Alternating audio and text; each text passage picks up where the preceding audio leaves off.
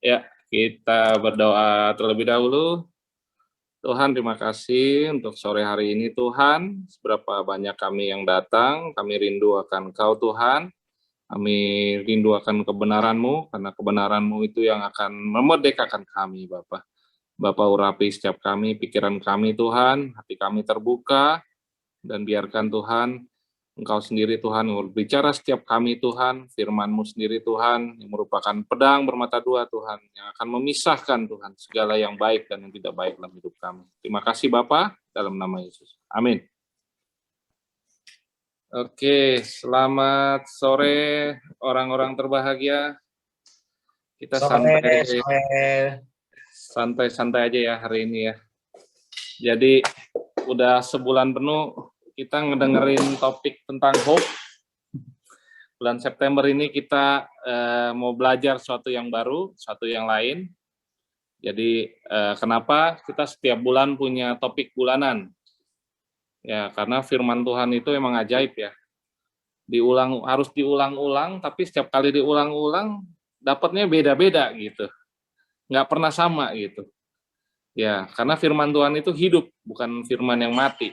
Jadi mau dibicarakan dari versi manapun, dari depan belakang, bawah atas kanan kiri, tetap beda gitu, dan kita tetap mendapatkan sesuatu, dan kita akan terus diingatkan firman Tuhan hidup ya.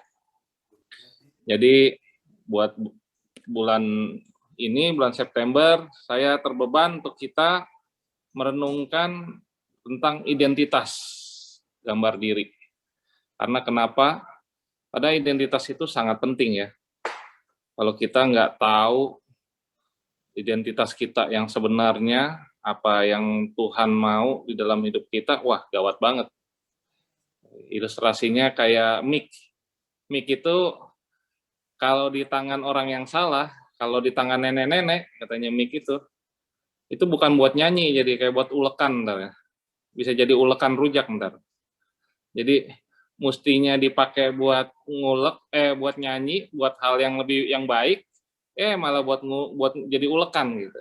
Nah itu yang sering kali terjadi sama manusia ya, karena dia nggak tahu dirinya siapa, untuk apa dia diciptakan, jadi dia sembarangan gitu.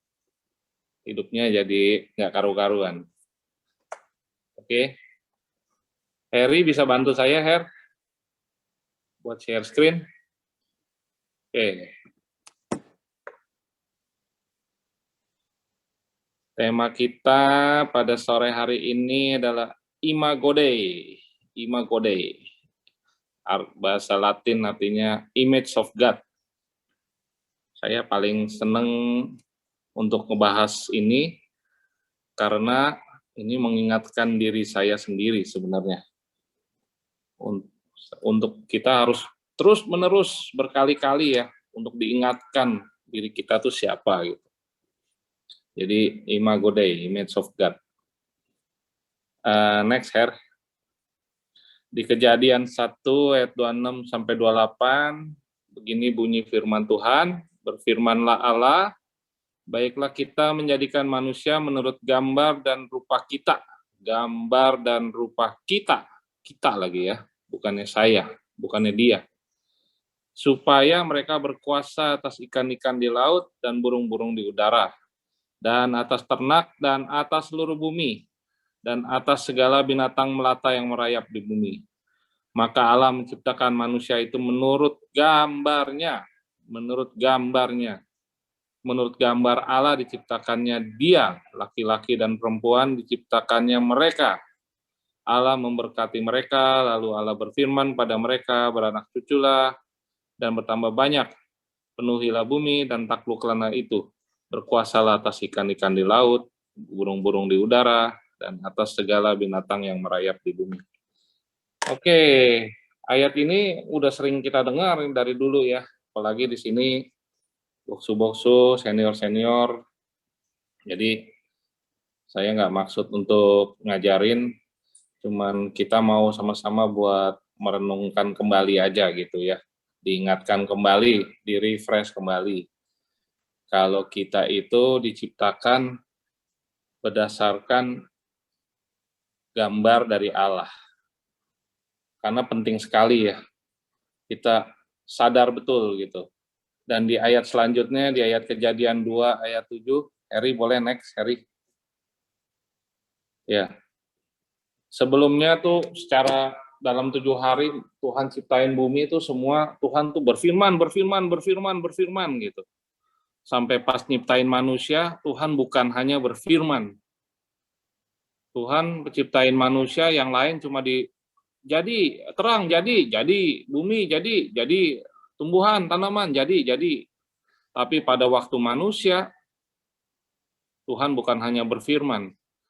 Di Kejadian 2 ayat 7 dikatakan, ketika itulah Allah membentuk manusia itu dari debu tanah. Wah, cuman manusia yang Tuhan ngotorin tangannya. Dia ngambil debu tanah spesial, diambil, tangannya dikotorkan, dan menghembuskan nafas kehidupan ke hidungnya. Cuma manusia doang yang dihembus, diberikan nafas, diberikan roh. Demikian manusia itu menjadi makhluk yang hidup. Jadi Allah menciptakan manusia, membentuk dari debu tanah, dan menghembuskan nafas kehidupan. Makanya katanya kalau di funeral ya, di rumah duka, selalu pendetanya bilang kan, dari tanah atau dari debu, kembali kepada tanah, kembali kepada debu. Saya dulu juga kaget juga ya, kenapa orang Kristen boleh dikremasi, katanya boleh dibakar. Karena jadi debu lagi gitu. Asalnya debu, jadi debu.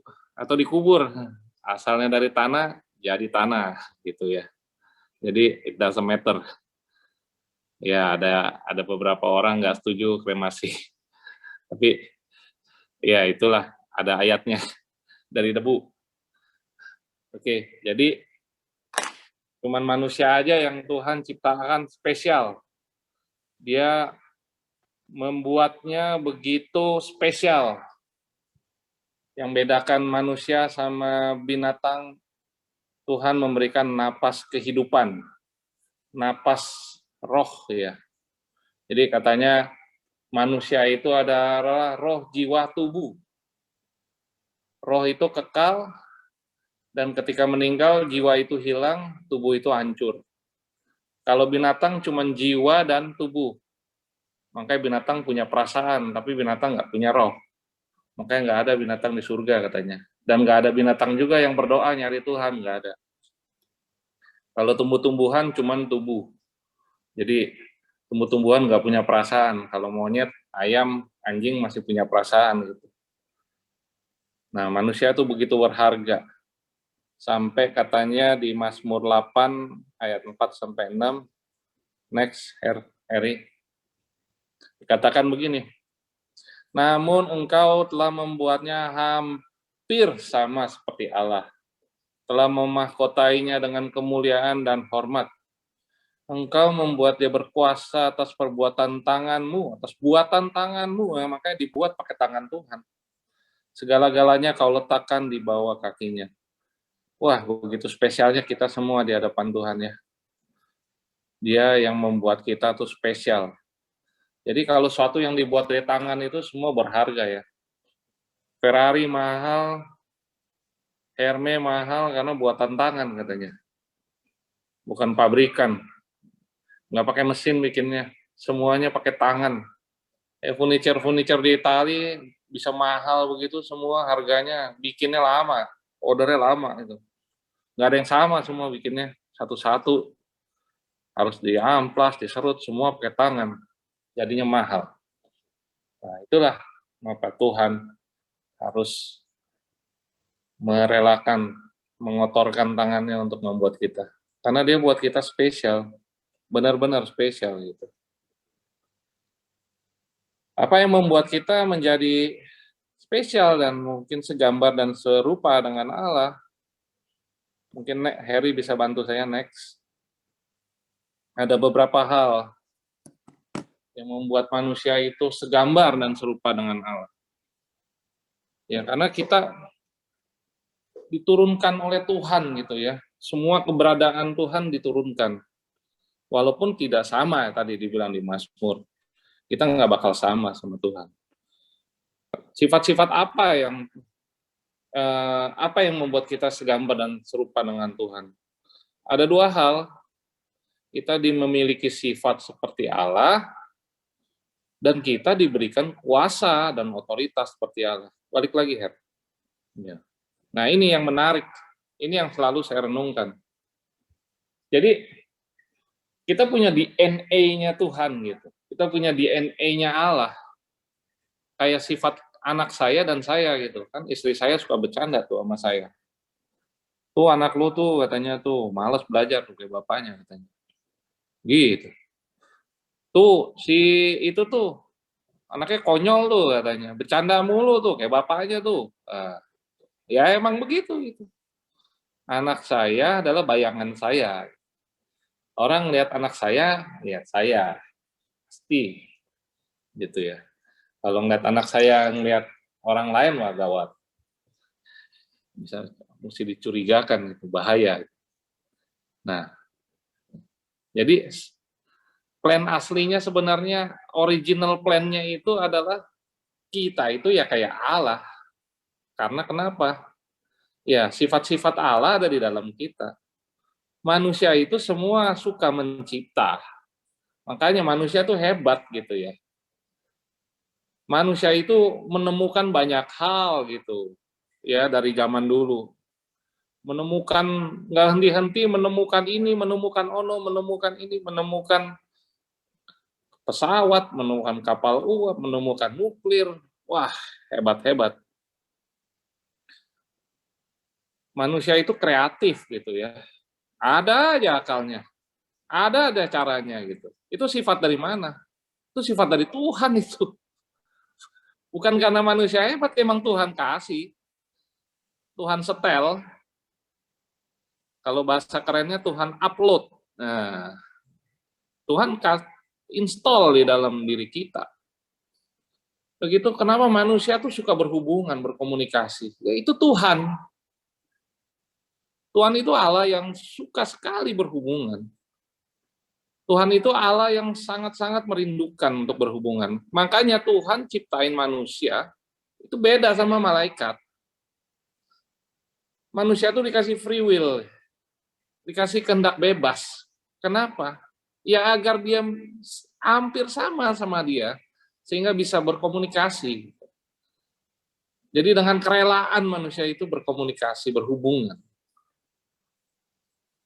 Dan Allah itu suka mengasihi, maka kita juga suka mengasihi. Kita itu punya sifat, manusia itu nggak ada yang jelek sebenarnya dalam hidupnya. Semuanya baik sebenarnya. Di manusia sejahat-jahatnya manusia itu tetap sebenarnya punya hati nurani di dalam yang paling dalam itu. Sebenarnya suka mengasihi, suka dikasihi. Manusia sekejam-kejamnya tetap ada satu titik di dalam hidupnya itu yang sangat-sangat, yang kita bilang namanya conscience, hati nurani. Punya belas kasihan dia sebenarnya. Dan manusia tuh suka keadilan dan kebenaran. Nggak ada lah manusia sejahat-jahat apapun suka untuk diperlakukan tidak adil. Semua suka keadilan, semua suka kebenaran gitu. Dan manusia itu memiliki pengetahuan yang luar biasa. Itu karena siapa? Karena dari Tuhan. Dan memiliki moral dan etika manusia itu sebenarnya. Yang membedakan manusia beda dari binatang ya, karena kita punya sifat-sifat dari Tuhan, kita punya moral, kita punya etika. Kita tahu mana yang benar, mana yang tidak benar, mana yang baik, mana yang tidak baik, mana yang harus dilakukan, mana yang layak dilakukan, mana yang tidak layak. Kita semua tahu itu semua. Walaupun kita belum tahu kebenaran pun, Tuhan udah install di dalam diri kita. Dan kita tuh rindu untuk melakukan semuanya ini. Cuma yang bedain kita sama Tuhan apa? Ya, kan tadi dibilang hampir sama, berarti tidak sama. Tuhan itu maha, manusia itu tidak maha. Tuhan maha pencipta. maha pencipta, manusia tidak maha pencipta. Tuhan maha pencipta maksudnya Tuhan itu sanggup menciptakan, mengcreate sesuatu dari yang nggak ada jadi ada. Kalau manusia enggak, manusia cuma bisa daur ulang. Dari yang ada jadi ada lagi gitu. Udah ada bahan bakunya. Nah, Tuhan itu maha mengasihi, manusia itu tidak maha mengasihi. Manusia itu kasihnya bersyarat. Cuman Tuhan aja yang mengasihi tidak bersyarat. Gitu. Jadi bedanya jauh ya antara kita sama Tuhan. Tapi ada unsur-unsur tersebut. Tuhan itu maha adil. Tuhan manusia itu nggak bisa adil. Seadil-adilnya manusia itu cuma bisa fair. Kalau bahasa Inggris ada dua tuh bahasanya. Adil itu bisa diterjemahkan sebagai just and fair. Just itu justice. Apa dari justice? Dan justice itu cuma milik Tuhan. Manusia nggak bisa just, nggak punya just. Nggak bisa nggak miliki sifat justice. Manusia itu cuma bisa fair. Nah, ini yang saya suka. Kalau dalam bisnis itu nggak ada yang namanya adil, nggak ada. Yang ada fair. Fair itu ya lo terima, gua terima, ya udah. Terus lo happy, gua happy, ya udah. Cukup. Gitu. Ya, jadi di balik semuanya itu ya yang sangat membedakan kita sama Tuhan. Tuhan itu maha-maha segala-galanya. Dan kita itu cuman memiliki sifat, karena kan kita fotokopian ya, itu bayangan dari Tuhan. Jadi nggak bisa lah fotokopi lebih bagus dari original, nggak mungkin. Selalu ya, karena saya jualan marmer, sekarang banyak barang-barang bangunan yang jeplak-jeplak marmer gitu ya. Marmer itu ciptaan Tuhan. Sehebat-hebatnya pabrikan, nggak bisa nyamain sama marmer-marmer yang natural, ya. Nggak bisa. Nggak ada marmer yang sama, nggak ada. Ya itulah bedanya Tuhan dan manusia. Tapi selain daripada sifat-sifat manusia yang diinstal di dalam diri kita, sifat-sifat Tuhan yang diinstal dalam diri kita juga diberikan kuasa dan otoritas gitu. Jadi Tuhan nggak ciptain kita cuman diciptain tapi nggak dikasih wewenang, enggak. Makanya begitu Tuhan ciptain segambar dan serupa, Tuhan berikan perintah. Taklukkanlah ikan-ikan di laut, burung-burung di udara, semua binatang. Jadi kita tuh disuruh berkuasa atas bumi ini. Dan kita disuruh menaklukkan. Kita ini ada special job. Ini yang tadi membedakan kita sama malaikat. Kita itu lebih mulia dari malaikat sebenarnya. Karena malaikat itu diciptakan hanya untuk melayani Tuhan. Jadi kayak prajurit aja. Kalau kita itu partnernya Tuhan gitu. Manusia itu adalah partnernya Tuhan. Kita ini teman sekerjanya Tuhan. Jadi kita itu disuruh untuk menaklukkan bumi, berkuasa. Dan bukan cuma itu,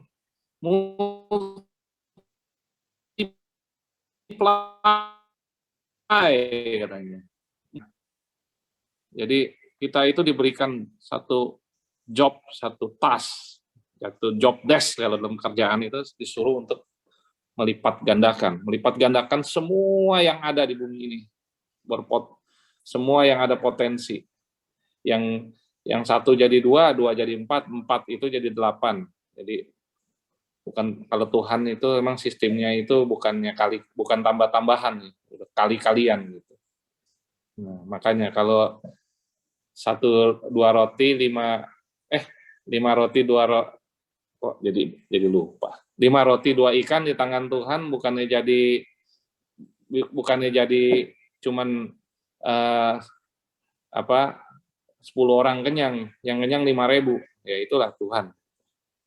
Tuhan nggak suka yang sedikit-sedikit, dia maunya digandakan, dimultiply. Ya itulah Tuhan kita. Makanya kalau di dalam Tuhan itu kita di dalam Tuhan, kita tahu potensi kita di dalam Tuhan itu udah bukan tambah-tambahan lagi, udah jadinya kali-kalian. Ya itulah, kalau kita sadar, kalau kita itu segambar dan serupa dengan Allah. Oke, jadi dalam hal apa manusia gambar serupa Allah? Nomor satu ya dalam sifat-sifatnya yang tadi kita sudah diskusikan. Kedua, kita diberikan kuasa dan otoritas. Oke, cuma ada masalahnya satu. Oke, Heri bisa next, Heri. Dosa datang, merusak gambar dan rupa Allah pada manusia. Nah, inilah. Iblis itu paling pintar. Udah dibilang kan dari semua binatang paling pintar itu kan ular ya, iblis. Kenapa? Ya, untuk caranya iblis ngerusak manusia ya paling gampang. Dibikin bingung gitu. Dibikin bingung, nomor satu, dirinya dulu siapa. Heri bisa bantu, next. Jadi iblis itu coba untuk menjauhkan manusia dari Tuhan. Caranya gimana? Ya paling gampang ya udah. Identitasnya dirusak. Biar kita nggak sadar kita tuh siapa. Jadi identitasnya di kamuflase ya. Jadi istilahnya kalau gambar itu, lukisan itu yang bagus, itu istilahnya di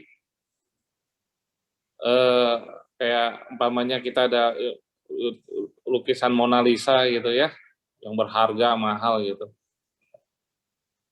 Kalau ada satu titik aja rusak itu harganya langsung jatuh. Ya itulah kurang lebih seperti itu gitu. Tadinya gambaran kita yang sempurna, yang Tuhan udah kasih ke Adam dan Hawa, ya digeser ya, dirusak. Caranya banyak. Ya, iblis itu bapak segala penipu. Dia itu punya cara yang sangat-sangat kreatif. Kreatif yang negatif ya. Untuk membuat kita tidak menyadari kemampuan kita. Ya, nomor satu ya, pada waktu kita mungkin lengah, iblis selalu menintimidasi, membuat kita merasa nggak berguna, merasa kita tidak berdaya, merasa kita tidak berharga, dan merasa kita tidak memiliki. Jadi yang kebutuhan dasar dari manusia itu sebenarnya bukan makan dan minum dan sandang pangan papan sebenarnya. Dulu saya pernah waktu masih baru-baru tobat pemulihan gambar diri, saya baru sadar benar gitu. Saya pikir manusia asal ada makanan, ada minuman, ada pakaian, ada tempat tinggal ya bisa hidup. Ternyata enggak juga. Di jalanan itu banyak orang nggak punya rumah, punya orang yang mungkin nggak pakai baju, masih bisa hidup. Nggak makan, 40 hari masih bisa hidup.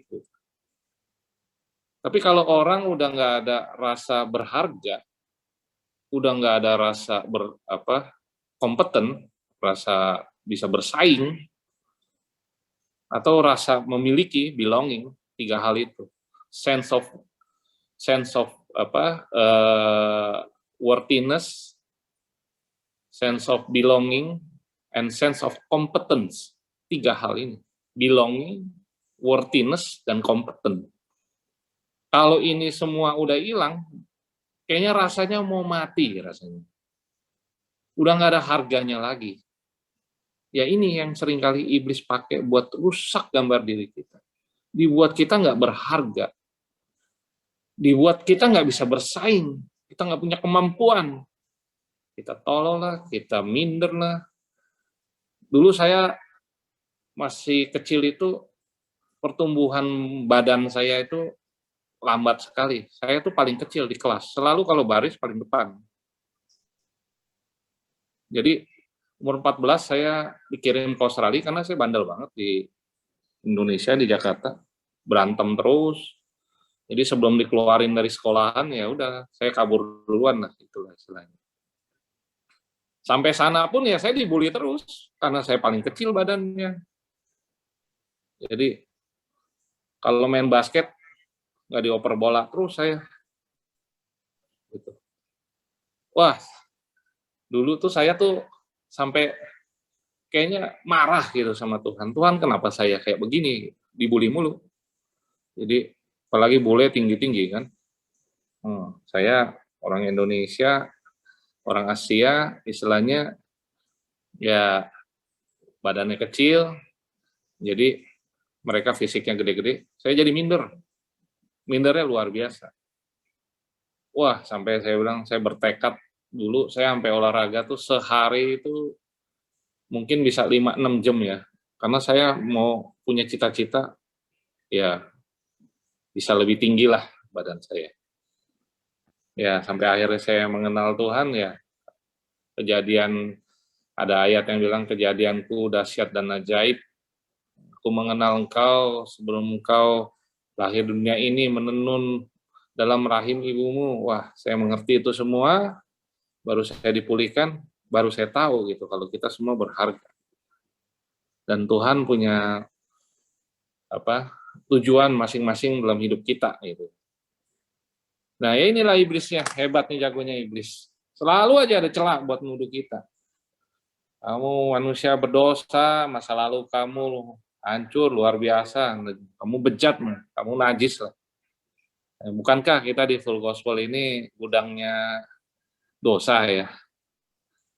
Dan kayaknya Tuhan sayang, untungnya ya, pada orang-orang berdosa.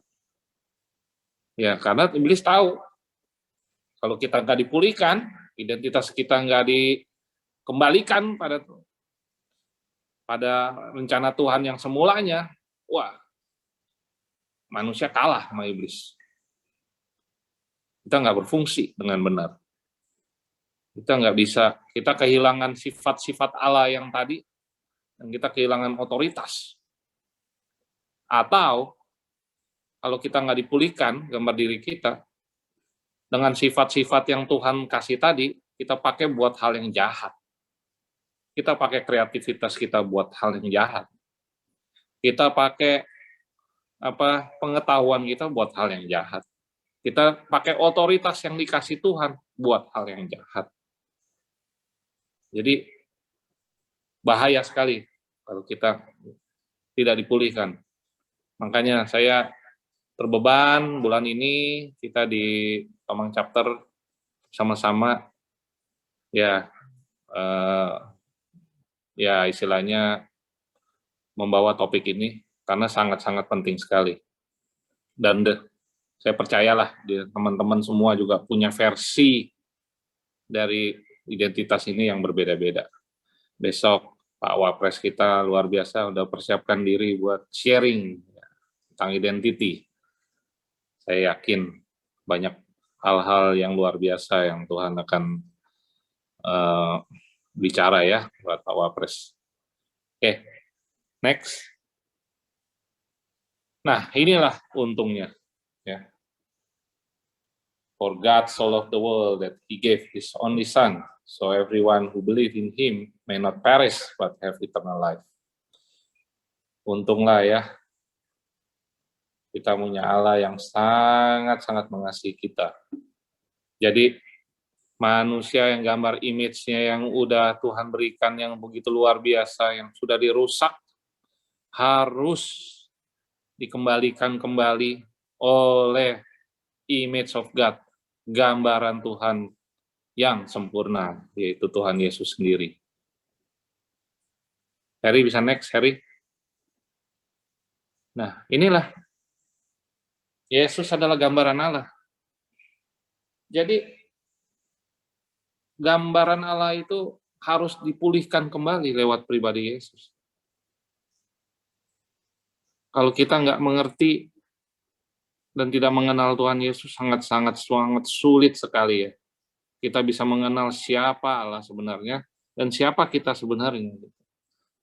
Karena hanya di dalam Yesuslah kesempurnaan Allah itu ada.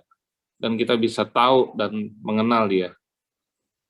Makanya kita harus semakin rindu, semakin mengenal ya, untuk mengenal Yesus, semakin dalam lagi. Semakin kita mengenal Yesus, semakin kita dalam lagi, tahu siapa Allah, siapa Yesus, kita semakin tahu siapa diri kita, dan betapa berharganya. Jadi kita yang sudah bertobat dan menerima Yesus, kita pasti harus menanggalkan manusia lama dan mengenakan manusia baru. Metanoia. Metanoia itu artinya berbalik dari jalan yang lama, dari jalan yang lama ke jalan yang baru. Jadi metanoia, berbalik arah, berbalik arah. Dan tentu saja pemulihan itu nggak sekaligus, adalah proses yang sangat panjang dan terus-menerus. Makanya kita ada di Full Gospel, kita punya saudara-saudara seiman yang sama di situ Tuhan pakai kita sama-sama untuk saling mengingatkan, saling menguatkan, dan saling memulihkan. Ya, kita ini adalah manusia yang baru, yang terus harus semakin diperbarui. Oke, karena waktu, mungkin juga ini sifatnya sharing ya, members meeting, bukan one way. Jadi saya mau akhiri aja dengan satu ayat. Eri, saya bantu. Kolose 3 ayat 9-10.